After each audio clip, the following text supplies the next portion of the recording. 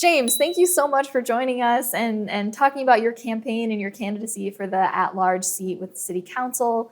I'm excited to talk through a whole bunch of topics today. We've got a number of questions that readers submitted and kind of helped source, their feedback really helped kind of shape the conversation today.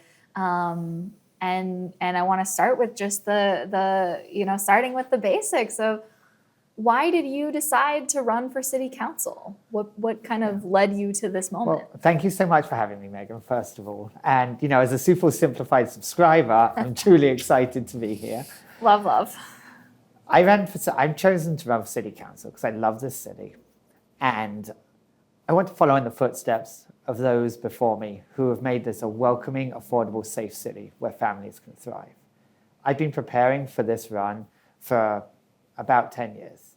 I've been working in nonprofit, running 3 different nonprofits over the last 10 years. From Dakota Alliance Soccer Club, serving kids through soccer, the Sioux Falls Area Humane Society, serving our 4-legged friends, 8,000 animals a year coming in there. I'm working with the city, and now as the CEO of the YMCA. But everything has been about public service and seeing what more I can do for Sioux Falls. And serving the 200,000 people of Sioux Falls is going to be a blessing. Yeah. And the who knows how many dogs and cats. And many dogs and cats. That's great. I want to start with a really controversial topic. No, I'm just kidding. We're going to start with a fun one. If you could eat at only one Sioux Falls restaurant for the rest of the year, where are you going? Oh my gosh. I know. It's a nightmare question because there's so many really good restaurants always here. The first question that comes to mind. And funny enough, my team, we did that as an icebreaker at our team meeting last week. Oh, nice. There are so many good restaurants. I'm not going to give you the political answer. I'll give you my actual answer. Okay, yeah, let's hear it. My daughter works at Pizza Cheeks. I love going there. They treat her really well, and their service is fantastic. I have to say that because Gemma works there. So that would probably be my answer. But so many good places to eat. And I live not terribly far from there, and my gosh, what an addition to the neighborhood. So we've got some good pizza options. I love it. I want to get into some of the topics that readers were concerned about, wanted to hear from candidates about. Absolutely. Top of the list was housing, and a sort of subcategory there is addressing homelessness in our community. And so what is your philosophy when it comes to addressing homelessness, and what, if anything, would you do differently than what's being done now? The unhoused population is continuing to grow in this city, and it's something that we really do need to address. There's so many good things we can do. At the YMCA, we run a low-income housing. We are part of 6 low-income housing developments. It's fun to stay at the YMCA. We're not a hostel anymore, but as part of what we do, we provide those. And that's a great way to give people a chance to live downtown or live in Sioux Falls and start to find their feet. Yeah. The unhoused population is something that's growing here. We can do more. We can start looking for potential safe houses for people, safe housing, things like that, where can we find something where we can help people get back on their feet, get opportunities. We've got to find the source of things, though, and look long term. Long term, a lot of the source of homelessness comes from having had a difficult past, whether it's addiction, whether it's coming out of prison, things like that. What if we look at our youth? What can we do to have better mentoring for our youth, better programs for our youth, so that as they get older, they have a clearer path to finding a job, to finding housing. It's a short-term solution is to say, well, we have this much of an unhoused population, let's get them off, let's find a way to find them a house. That's great in the short term. Long term, it's more important to say, what's causing this? Sure. And how can we solve that problem? So my philosophy would be, let's work with the youth. Let's look at different mentoring things, look at different things, some things that the Y does, some things the Boys and Girls Club do, after school programming, things like that, to keep kids in school, make sure they can all get to a 3rd grade reading level, make sure that they have a good education to set them up, and that will help ease that problem as we go forward. Yeah. I want to hone in a little bit more on the affordable housing side. You talked about, of course, the apartments above the YMCA. But what role do you think the city should play in sort of paving the way for affordable housing, just across the city? There's 2 types of definition of Sure. affordable housing. So you look at affordable housing, what the Y does, what another number of other places do, which is income-based housing. That's really important to allow people that are working at a lower income to be able to find places to live. Of course. There's also the gap of people that move here that need to find a house to keep them staying here, starter homes, more dense housing. And the city council can do a lot in that kind of realm. Because the council approves zoning ordinances and changes. And just recently, there was a city council meeting that a lot of people came to where they talked about Smithfield. Yes. After that was done, the city approved 5 different housing zoning changes. Everyone had left the room at that stage. There was only like 15 of us left.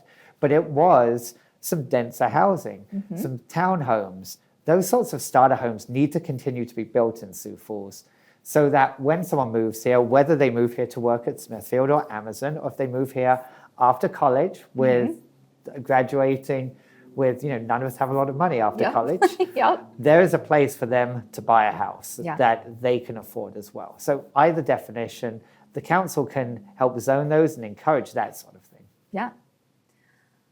I want to talk a little bit too about public safety. Under Mayor Paul Tenhaken's time as mayor, he's been a big advocate for public safety. Police spending has gone up significantly, so has the number of officers. It's kept our crime relatively flat on a per capita basis.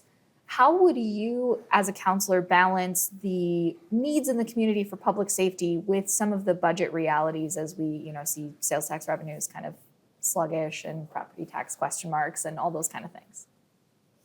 Public safety is really important. It's one of my 3 platforms, things that I'm running on: public safety, roads, and sensible balanced growth. Chief Toom is a friend, someone I used to work out with at CrossFit, who I played soccer with. That's and great. He and I have met a couple of times to talk about what can be done to continue to increase public safety. Obviously, funding the police is something that everyone's going to say. Getting more officers out there to keep things safe. But in reality, again, it comes back to working with youth to make sure people stay to make sure that kids can have a path and have a place to be. I've worked with youth my entire life. Again, Dakota Alliance, YMCA, we do children's programming. The CLC is very important. Community learning centers. The after-school programming that's provided through the school district by the YMCA, Boys and Girls Club, and Volunteers for America. Yes. Providing that connection so that when a child doesn't have somewhere to go after school, they can go to the CLC. They can be part of after-school learning. Yes. That allows the bridge to when a kid gets home, to when parents get home from work. Mentoring is a huge part of it. There's the Sioux 52 initiative that needs to continue to be pushed. The police are actively looking for what they can do next. Things like Sioux Falls neighborhood soccer, different basketball initiatives. Those are the things that will help public safety in the long term. It's another of these things where we can say, hey, let's give lots of money to the police and let's make sure it's safe. We need to make sure that our emergency services and our first responders are well funded. But we've got to look long term. This city is going to continue to grow. Let's make sure there's a path for kids in this city. Yeah, I can appreciate that a lot. And the mentoring stuff I think is very important and probably something that everybody can take away from. Another public safety question that's sort of tangentially and not as related, but a public safety related question that came from several readers. Do you support collaboration between the Sioux Falls Police Department and federal immigration officials?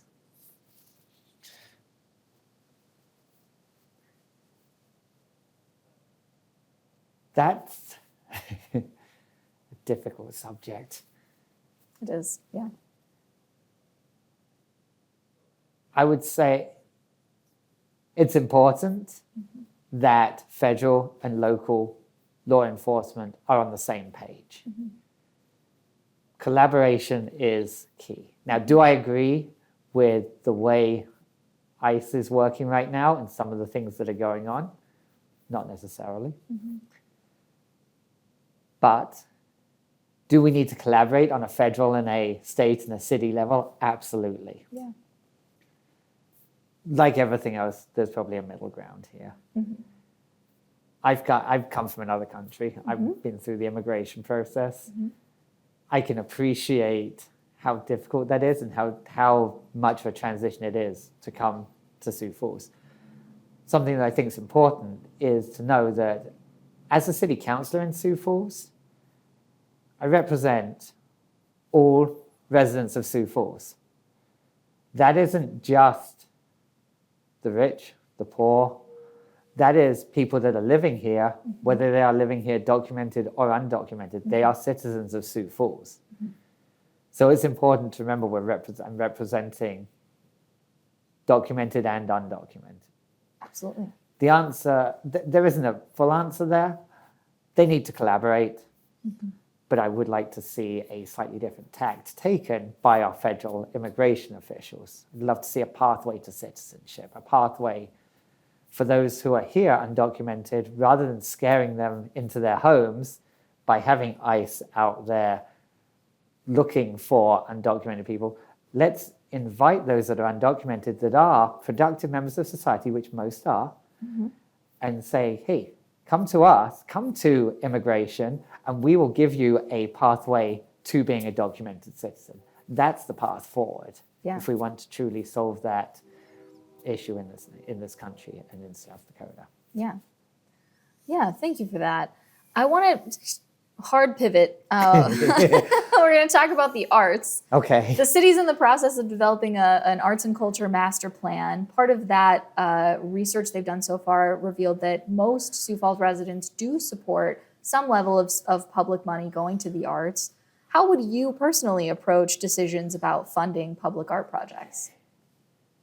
So I come from a slightly biased perspective with this. Okay. My son is a saxophone player.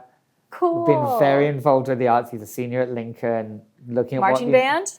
Yes, he Okay. Had 4 solos in the marching band this year. Wow. He's a field commander. He's first chair all. I could brag on Henry for a long time. We love it. We love First it. chair all state for 4 years and all of that sort of thing.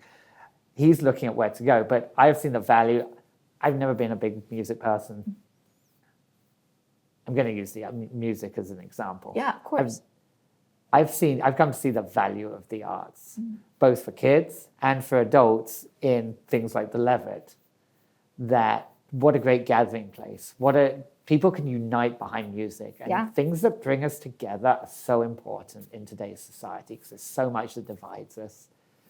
I've seen the experience through my experience at the Y and at the Humane Society, as well as at Dakota Alliance. Same people get brought together by things, whether it was animals at the Humane Society, whether it's the different camps that we do at the Y.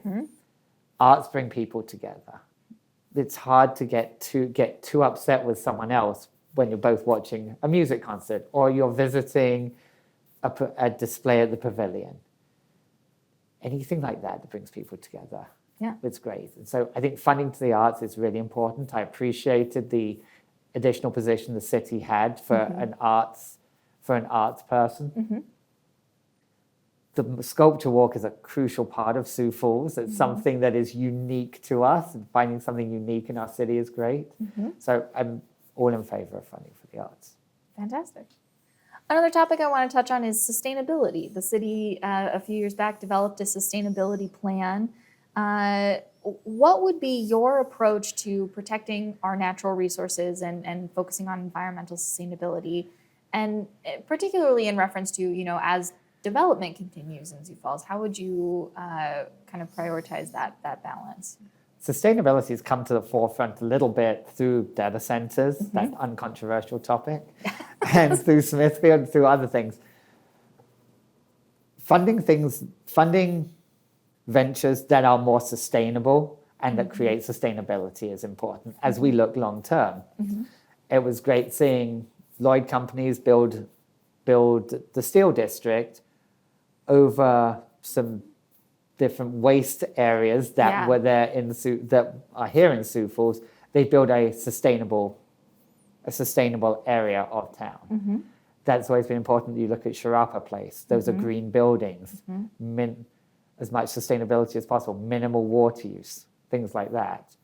As we look at the data center, it now sounds like it may not come here, but something that the council put in that I thought was very important was that the water system had to be a self-contained system, and the water had to come not from Sioux Falls, from outside of the city. Yeah.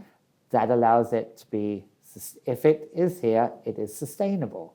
It's not pulling water from the Big Sioux River. Same thing for Smithfield. They have their own water reservoir. It's going to be self-sustained. Putting those kind of parameters in place are really important for the long-term future of our city. And that is where the council can be useful. When they see new projects coming, how is it going to be sustainable? How is this going to help the environment? And having that in mind when you approve different things like that on the council is vital. Yeah, absolutely. I want to talk about, you talked a lot about youth and kids. You know, you've got kids, I've got a couple of my own. What role, if any, do you think the city should play in addressing the ongoing childcare crisis in Sioux Falls? I have a 17 and an 18-year-old. Okay, well, they're probably less in need of a daycare. There's Mine are times 5 and 3. Yeah, there's times where my daughter Gemma, I mean, she's old. They're obviously older now. My daughter Gemma is 17, plays soccer at Lincoln. Nice. Henry is 18. He's a senior at Lincoln. But we brought our kids up in Sioux Falls. We've been here since 2008. So our kids were, one wasn't born and the other one was less than 1 when we moved here. I remember bringing kids up. I remember how expensive it was to have kids in daycare 17 years ago, and feeling like I got a raise when they got out of daycare and into public school, and then a raise when they got out of diapers as well. Yeah. I can't imagine what it is now, but it's definitely more expensive now than it was then. Can confirm. Yeah. The city and the state need to continue to step up and help the childcare crisis. I love what MB have done, stepping in Madison to open a childcare center. I really appreciated some of the things that the legislature tried to pass in 2025 to try and help with this childcare crisis. Whatever we can do as a city, we should do. That's not really the thing to say. Everyone will tell you that. If we can create more favorable conditions for people for affordable childcare, or better pay for those that are in the childcare world, that would help a whole lot. How do we do that? Maybe some kind of break for childcares in terms of taxes, or in terms of some incentive to open a childcare center, a daycare center. It's something where the state hasn't been super active, so can the city of Sioux Falls step up and do something? I don't have a firm answer on that, but I've seen how important kids are, worked with kids. I would love to speak with anyone involved in childcare, should I be blessed enough to win, and work and collaborate with local daycare centers and see what we can do to help. Yeah, fantastic. Another big topic that's probably going to come up in your tenure, and you've alluded to it a little bit with Smithfield's move, but what is your vision for downtown as Smithfield moves to the northwest side? How do you plan to approach decision-making about what downtown looks like in the future?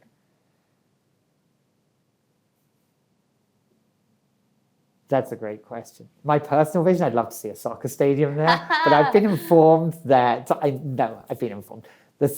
we need to see what's best for the city. Of course. My way of approaching decision-making for it will be to see what supports a welcoming, affordable, safe city, a family-oriented city. Sioux Falls is very much a family city. We don't have a big college here. I know we have Augie and USF here, but the city is significantly bigger. A lot of people move here with families or to start a family, whether it's going to USD, whether it's going to USF, or USD or SDSU and coming here, or going to a different college, or moving here to work at Amazon, or Smithfield, or Sanford.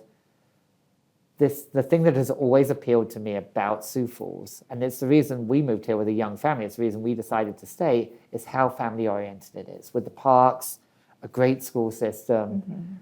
Downtown is part of that. The Levitt is part of that. The different places you can go downtown are. That needs to be an important part as we grow into where the Smithfield site is. Are we going to create an attraction, whether it be a stadium, whether it be a shopping center, whatever we put there, whether it be spaceships. I saw an AI picture of different spaceships landing Awesome. there. I've seen some cool roller coaster Yeah. AI people. Yeah, people are getting really creative with it. Can we create something that is family oriented? And then you can build around that. You can look at low-income housing around the central part. You can look at different types of apartments around it. But it's important that we have something that is family oriented, that is for the good of ours, that is for the heart of our city. And downtown at the moment is working its way towards that. Yeah. Some of the different things being built, very child-centric. One of the most notable downtown stores is a child store right on the corner of Very Thames and familiar. Phillips. Yep. That's really important to this city. I'm hoping that as we grow, we continue to be family-oriented. Another aspect of kind of shaping downtown's future, there's sort of a big question mark hanging over it right now, but the Riverline district, that kind of swath of land that was originally envisioned as a convention center. How we're talking about envisioning downtown, all these things. Do you support a convention center downtown? And tell me your thoughts on the Riverline district as well. I support a convention center. I don't know if downtown is the right place for it. I'd be really curious to hear what other options there are. Yeah. As we grow as a city, sensible balanced growth is important. Making sure our road system is important. Making sure we're safe is important. Making sure that we continue to be an affordable city is vitally important. As we grow, we want to continue to attract large events here. And the Premier Center's been great. There's been big acts come here. That brings a lot of money into Sioux Falls. Hosting things like the Dakota Relays at Howard Wood is huge. Yeah. As we get bigger, we want to host bigger events. These big conferences that could come to Sioux Falls, bring in a lot of money. I look at when I've been to major cities like Omaha, Kansas City, Los Angeles, for these huge conferences, whether it be for soccer, whether it be for the Y. They bring a lot of money in, but they happen in a large convention center where you have 20, 30 rooms, a big open hall. That would be a great addition to Sioux Falls. It may take some spending on behalf of the city, but it would also bring in a lot of business. Hotels would thrive because there would be more usage more often. Restaurants would thrive, especially around the convention center area. It seems like downtown is the logical place to put it, but I have not seen the research that showed why to put it there. So I would be curious once assuming that we decide we want to move forward with a convention center, on seeing what different options are. Yeah, that makes a lot of sense.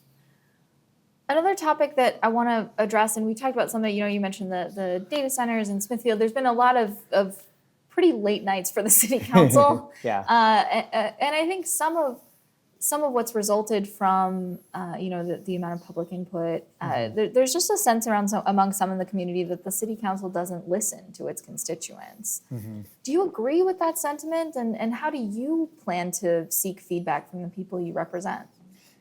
The leadership philosophy I have that has worked well in the nonprofits that I've run, and it worked really well because the acronym was fantastic for the Humane Society of Pets. It's on the back of all my t-shirts. Positive, efficient, transparent, servant leadership. Positivity, we love the city. It's beautiful. Let's tell more people about it. Bring people to the city. Efficiency, not wasting money, making sure every tax dollar is accounted for. transparency, which is telling people what's going on. We're not running a secret society here. This is a city. Yeah. Every citizen pays taxes. Let's be open and transparent. I'll come back to that. Speaking my language And as then- a journalist, yeah. Servant leadership is letting me and the city council worry about the things that you don't want to have to think about. You can enjoy living in Sioux Falls, enjoy the beautiful city we have. Let me worry about budget, data centers, wastewater, the stuff you don't want to have to think about. Now, there's a balance there. The transparency is really important. The council, to me, is transparent if you're paying attention. Yeah. But they're not raising the alarm. And I don't know if it's their job to raise the alarm of, hey, we're going to vote on data centers in 3 weeks. We are passing this ordinance here, this ordinance here, and this ordinance here. Beware of this.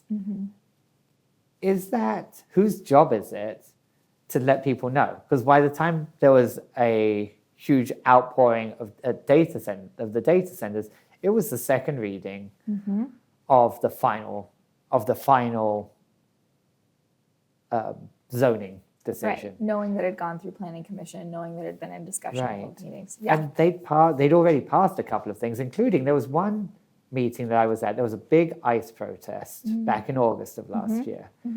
The council passed something to do with data centers during that protest. There were hundreds of people there, and it was to do with an easement. And one person spoke on it, and it passed, and everything moved on. So the council is doing things in front of people, but if you're not paying attention, you're not going to see it. Yeah. Now, is it the job of the media to bring attention to that? Is it the job of the council to put up red lights and say, this is something you need to pay attention to? That's the difficult question. Yeah. The short answer is the council could be more transparent. And you would hope, I would like to think that as a councillor, I will communicate with my community, either through forums, through coffees, things that are public, and say, hey, if you want to know more about what's going on in the council, what's going on in the city, come join me at this public forum once a month. And that would be the best way to communicate it. Yeah. Fantastic. James, thank you so much for taking the time to chat with us and cover all of these different topics. I want to also give you an opportunity. Is there anything I didn't ask you about that you want to talk about or share with voters ahead of Election Day? Just want to emphasize, first of all, thank you so much for having me on, Megan. I really appreciate it and giving me a chance, and every other candidate, a chance to actually express their message, because everything is so bittered up, and it's a question of, do you have enough money to be able to get this billboard out and do this? So the chance to actually sit down and talk about our message is really important. Thank you. I want to make sure people understand. I'm running for at-large, so the whole of the city of Sioux Falls. Anyone can vote for me. My yard signs say my name, James Oppenheimer. Also say June 2nd on them, because I want people to know when they can vote. I don't know if there's a lot of other candidates that will put the actual date on there. So I'm hoping that that date rings true with people. I bring experience. I bring 10 years of running nonprofits, 3 different ones affecting thousands of people, collaborating with the city. Again, Dakota Alliance, the Humane Society, and the YMCA, a historic organization. I've brought my kids up here. I've been through being a parent and bringing up a family here. They go to Lincoln, so please don't not vote for me because my kids go to Lincoln. I've coached at Augustana University. I've been involved with USF. I'm part of Sioux Falls City FC. I've led organizations that have multi-million-dollar budgets, hundreds of team members. I bring the experience of building consensus, which is really important on the city council. Right now, I currently work with a board of 25 people. We have to build a consensus to move the YMCA forward. If we want to make a change or do something, I've got to build consensus among 25 people. And most of them are bank presidents, CEOs, very successful business people. That is such an important part of working on the city council, because you have to build consensus. Yeah. My leadership philosophy, positive, efficient, transparent, servant leadership, I talked about already. I am excited to bring that. It's been successful in nonprofits. I'm excited to bring that experience to city council. My 3 priorities are public safety, which we've talked about, roads and infrastructure, making sure everything is accessible, and then sensible, balanced growth.